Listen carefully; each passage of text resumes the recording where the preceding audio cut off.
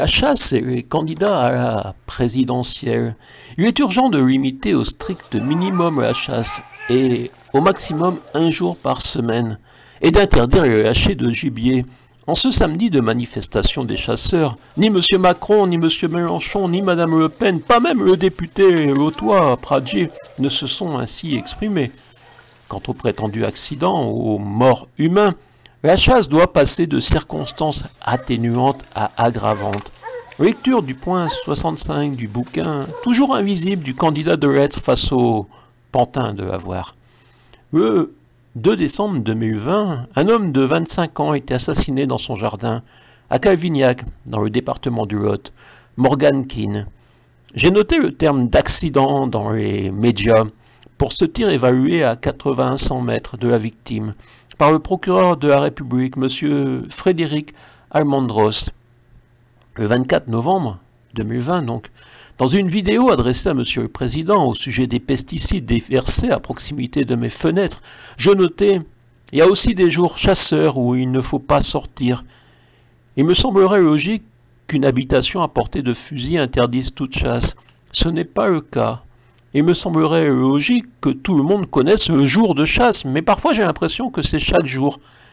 Depuis 25 ans dans ce département, quand j'entends les chasseurs, j'essaie de rester protégé par mes murs. Oui, c'est cela la vie dans ce département. Dans d'autres campagnes de France également, je crois. Monsieur Jean-Claude Bonnemer, rédacteur en chef de la Vie quercinoise, titré même « Le procureur de Cahors explique les circonstances de l'accident de chasse de Calvignac.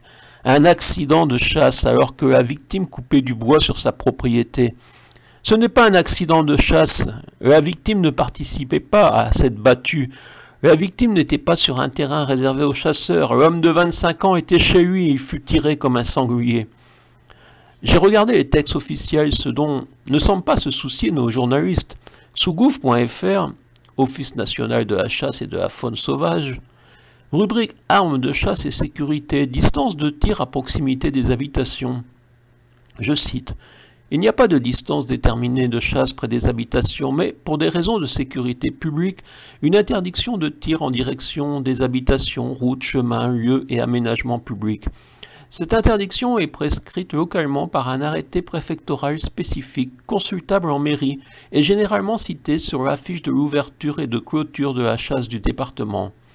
Dans les communes où une association communale de chasse agréée est créée, les terrains situés à moins de 150 mètres autour des habitations sont exclus du territoire de chasse de l'ACCA et donc de l'action de chasse de ses adhérents, sauf autorisation préalable du propriétaire du terrain en question.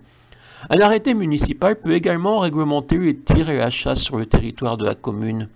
J'ai même consulté leur dépêche. Parmi les réactions de M. André Magnier, président de la Fédération de chasse du Lot, je note « Ce drame me conforte dans la nécessité d'aller encore plus loin dans l'éducation des chasseurs à la sécurité. » Ce monsieur est conforté dans ses certitudes par le drame, ainsi qu'aux bonnes pratiques de la chasse. Je ne sais pas si j'ai l'accent Magnier, ni Pradji.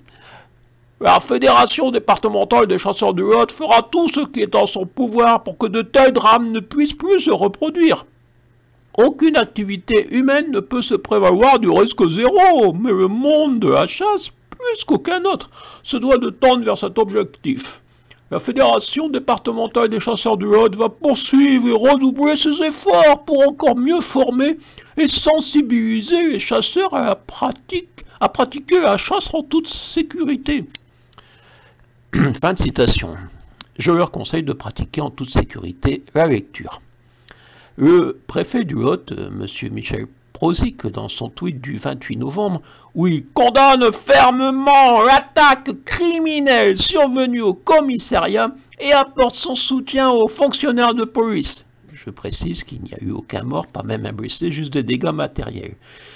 Monsieur le préfet a simplement retweeté la Sainte-Barbe 2020 des pompiers du Lot. Pas un mot du préfet préfet 46 sur les conditions de la chasse dans cette commune. Pas un mot de condoléances. Ce monsieur Prozic me choque sur de nombreux dossiers, voire mon cul troublant. Dans ce département, les chasseurs me semblent rois. Le 5 avril 2001, Gérard Miquel, alors un de nos sénateurs, rendait avec un certain Henri Revol un rapport au Sénat, les effets des métaux lourds sur l'environnement et la santé, avec les déchets dispersés, l'exemple des plombs de chasse, où il est noté « Les chasseurs tirent chaque année de l'ordre de 250 millions de cartouches, tout tir confondu, soit les 3/4 pour la chasse et le quart pour le ball-trap. On compte 300 billes de plomb par cartouche pour un poids d'environ 30 grammes, soit 6000 tonnes de plomb pour les seuls tirs de chasse. En milieu naturel, une balle de plomb met de 30 à 200 ans pour être désagrégée et dissoute.